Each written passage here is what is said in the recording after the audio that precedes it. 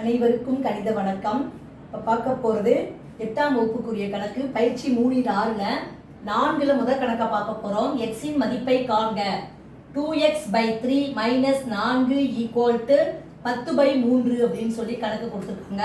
இந்த கணக்கை நம்ம எப்படி செய்ய போகிறோம்னு பாருங்க. ஃபர்ஸ்ட்டு பின்ன கழித்தல். இதை ஃபஸ்ட்டு கழிச்சிக்கிறோம். இப்போ என்ன வருது? கீழே 3 இருக்குது, 3.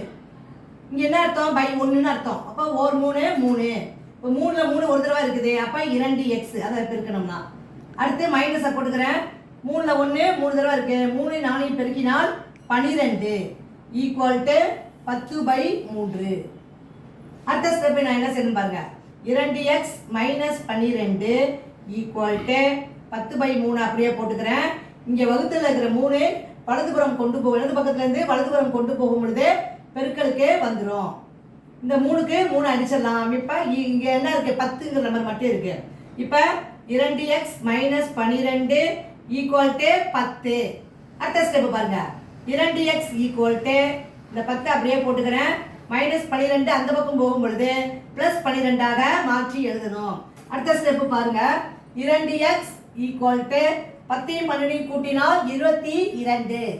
2x = 22, x = 22.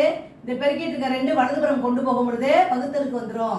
2ஆல சுருக்கணும்னா 1 2 11 22. அப்ப x = 11 அப்படிங்கிற விடை கிடைச்சிருக்கு. x னுடைய மதிப்பு என்ன வருது?